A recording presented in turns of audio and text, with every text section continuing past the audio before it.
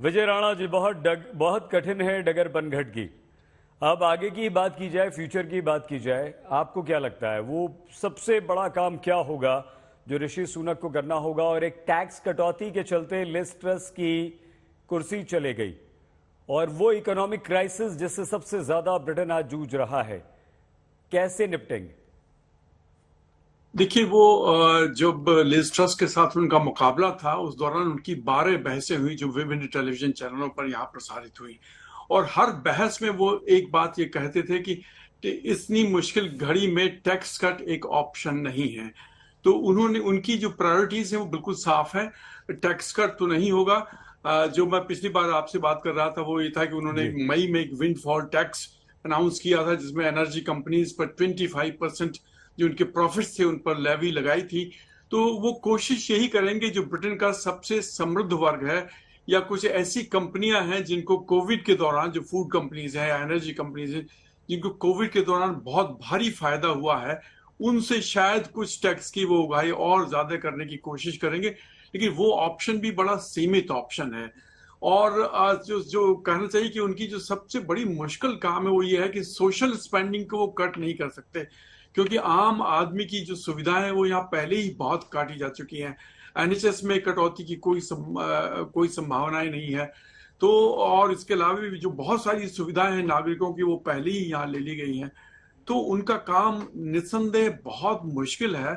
और अब देखना यह है कि क्या उनके पास कोई जादू की छड़ी है, जो मुझे तो नहीं लगता कि उनके पास है। लेकिन उनका एक एसेट जो है वो बहुत इंपॉर्टेंट एसेट है। वो ये है कि वो उनके अंदर काबिलियत बहुत भारी है। वो बड़े जिम्मेदार पदों पर रह चुके हैं। गोल्डमैन सैक्स के साथ वो फाइनेंशियल फील्ड में उनकी उनकी एक्सपर्टीज है। हेज फंड, 2 हेज फंड्स में वो पार्टनर रह चुके हैं। तो कुल मिलाकर के जो इकोनॉमिक्स है उस पर उनकी भारी पकड़ है। तो शायद अपने अनुभव का लाभ, लेकिन कुछ कंपनियों को चलाना, हेज फंड्स को चलाना एक अलग बात है और देश की अर्थव्यवस्था को चलाना एक दूसरी बात है। तो कुल मिलाकर के बहुत, जैसा कि लवीना ने कहा, बहुत कठिन है डगर पनघट की। देखना यह किस करवट उठ बैठता है। उनके सामने जो सबसे बड़ी चुनौती यह है कि इस दौरान जो विपक्ष है, जो ये मान बैठा है कि अगले इलेक्शन में उनकी जीत निश्चित है, विपक्ष उनका रास्ता आसान नहीं बनाएगा। जो केयर स्टारमर, जो लेबर पार्टी के नेता हैं, वो वो कहना चाहिए बड़े प्रखर हैं और उनको पूरा भरोसा है कि देश के अगले प्रधानमंत्री वो होंगे। जी। तो उनसे भी निपटना होगा। हर बुधवार के दिन यहाँ संसद में सीधी प्रधानमंत्री और विपक्ष के जो नेता हैं उनके बीच बहस होती है। तो अब देखना यह होगा कि यदि वो शपथ ले लेते हैं तो अगले वेंसडे तक क्या वो पहले जो जो पीएमक्यू, जो प्राइम मिनिस्टर्स क्वेश्चन आवर है, जी। उसमें किस तरह से अपोजिशन को फेस करते हैं, किस तरह से वो अपनी पार्टी को अपने पीछे यूनाइट करते हैं, किस तरह से जो कॉस्ट ऑफ लिविंग क्राइसिस से जूझती हुई जनता को वो आश्वस्त करते हैं। तो निस्संदेह उनका रास्ता बहुत कठिन है।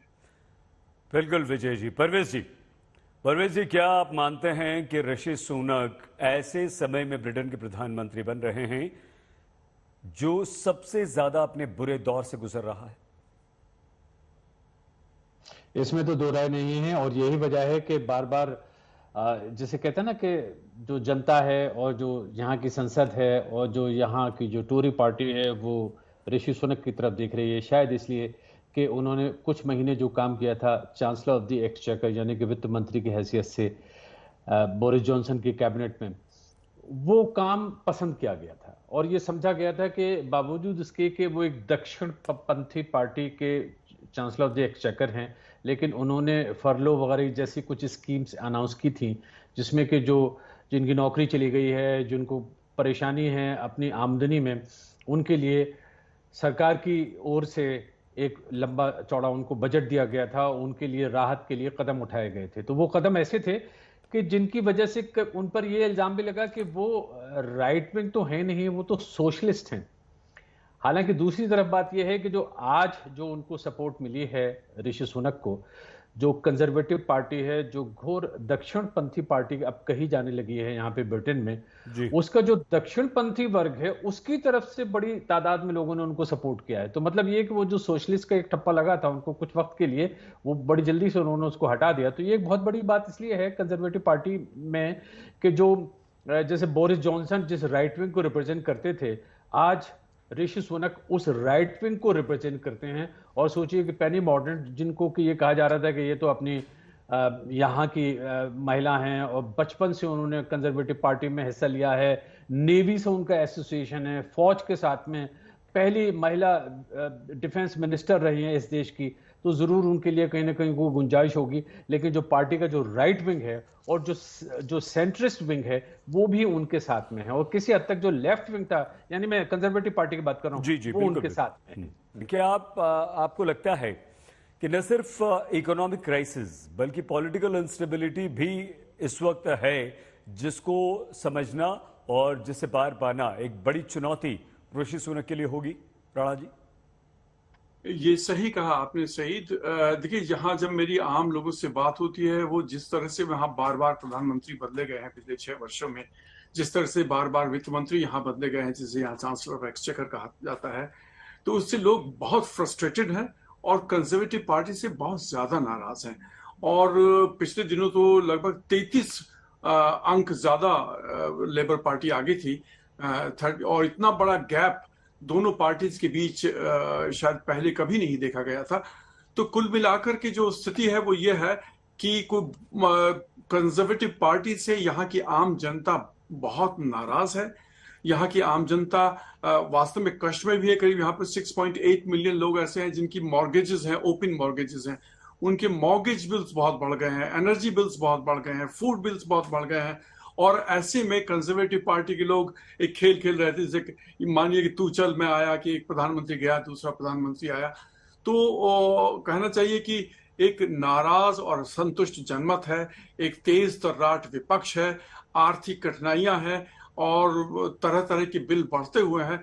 तो ऐसी सारी परिस्थिति में एक ऐसे व्यक्ति को जो 2015 में एमपी बना है और 7 वर्ष के भीतर, एक छोटे से कार्यकाल के भीतर प्रधानमंत्री बन गया है, हालांकि काबिलियत की कोई कमी नहीं है उनके पास, लेकिन फिर भी मुझे नहीं लगता, मैं यहाँ 4 दशक से इस देश में रह रहा हूँ, कि शायद इतनी कठिन परिस्थितियों में किसी प्रधानमंत्री ने सत्ता संभाली हो। तो एक भारतीय मूल के, जिनके ऊपर हाँ एक विदेशी का भी ठप्पा लगा हुआ है। यहाँ पर ट्विटर पर एक वीडियो यहाँ पर ब्रॉडकास्ट हो रहा है, जिसमें एक व्यक्ति है जो बार बार ये कहता है कि कुछ भी हो वो अंग्रेज तो नहीं है, वो ब्रिटिश तो नहीं है, वो उसका मतलब ये था कि वो रेसिस्ट तो नहीं है।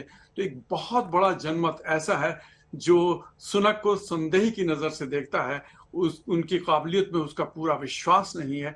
तो ऐसे लोग भी यहाँ पर हैं, लेकिन कुल मिलाकर के चुनौतियां हैं। एक कांटों के ताज उन्होंने अपने सिर पर ओढ़ा है। बिल्कुल। देखना यह है कि ऊंट किस करवट बैठता है। उनके पास अब से लगभग 2 वर्ष का समय है।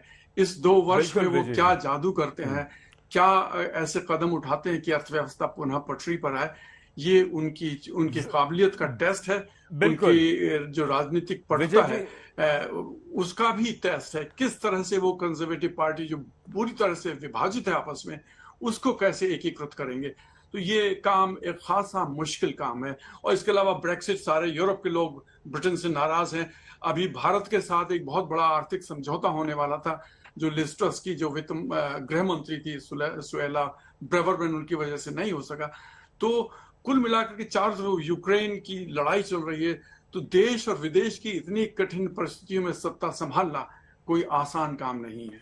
आपने जो एक शब्द का इस्तेमाल किया विजय जी, वो एक शब्द बहुत ज्यादा प्रश्न खड़े कर देता है, कांटों का ताज।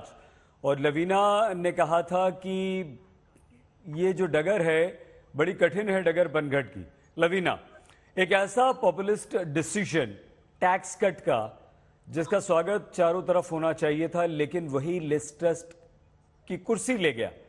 ऐसे में क्या आपको लगता है कि बहुत ही फूंक फूंक कर कदम ऋषि सुनक को रखना होगा ऐसी परिस्थितियों में, जो ब्रिटेन के सबसे बुरी स्थिति में सत्ता ऋषि सुनक को मिली? फूंक फूंक कर बिल्कुल कदम रखना होगा सईद। और आर्थिक व्यवस्था को लेकर, पार्टी को एकजुट करने को लेकर, जो उनका मूल है वो अलग है, उसको लेकर बहुत सारे फ्रंट में उनको वॉर, यानी आपको कहें लड़ाई लड़नी है। और सबसे बड़ी बात यह है, आपको एक चीज और हम बताएं कि जब हमारा उनके साथ जर्नलिस्ट का उनके साथ क्वेश्चन आंसर हुआ था, उन्होंने एक बात बहुत महत्वपूर्ण की थी, थोड़ी सी अलग आपसे मैं बात कर रही हूँ जी जी कि बिल्कुल ठीक है।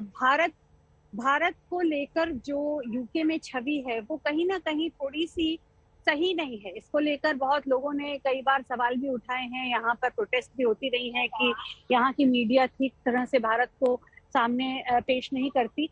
तो ये बात भी एक्चुअली ऋषि सुनाक ने खुद ने एक तरह से कही थी कि जो आउटलुक है भारत का वो उसको अपडेट करना है। तो मैंने ही सवाल किया था उनसे कि आपको क्या लगता है कि आपको ये नंबर 10 में आपको ऐसा महसूस हुआ कि आपको ये आउटलुक अपडेट करना है? तो इस बात का उन्होंने पूरी तरह से जवाब नहीं दिया, लेकिन ये एक अपेक्षा हम आपको और आगे बताना चाह रहे थे कि भारतीयों को या जो यहाँ के मूल के लोगों को है वो ये है कि जो हमारे जैसे देश हैं जिनको कभी कभी ऐसा लगता है कि हमारे बारे में सही बात नहीं कही जाती है, हम जिस तरह से हमारा देश चल रहा है, जो उसकी छवि है वो पूरी तरह से यहाँ नहीं बताई जाती, उसको लेकर ऋषि सुनाक कुछ ना कुछ जरूर कर सकते हैं। हालांकि हैं वो यहाँ के प्रधानमंत्री, ये किसी को ना भारत को ना भारतीय मूल के लोगों को भूलना चाहिए।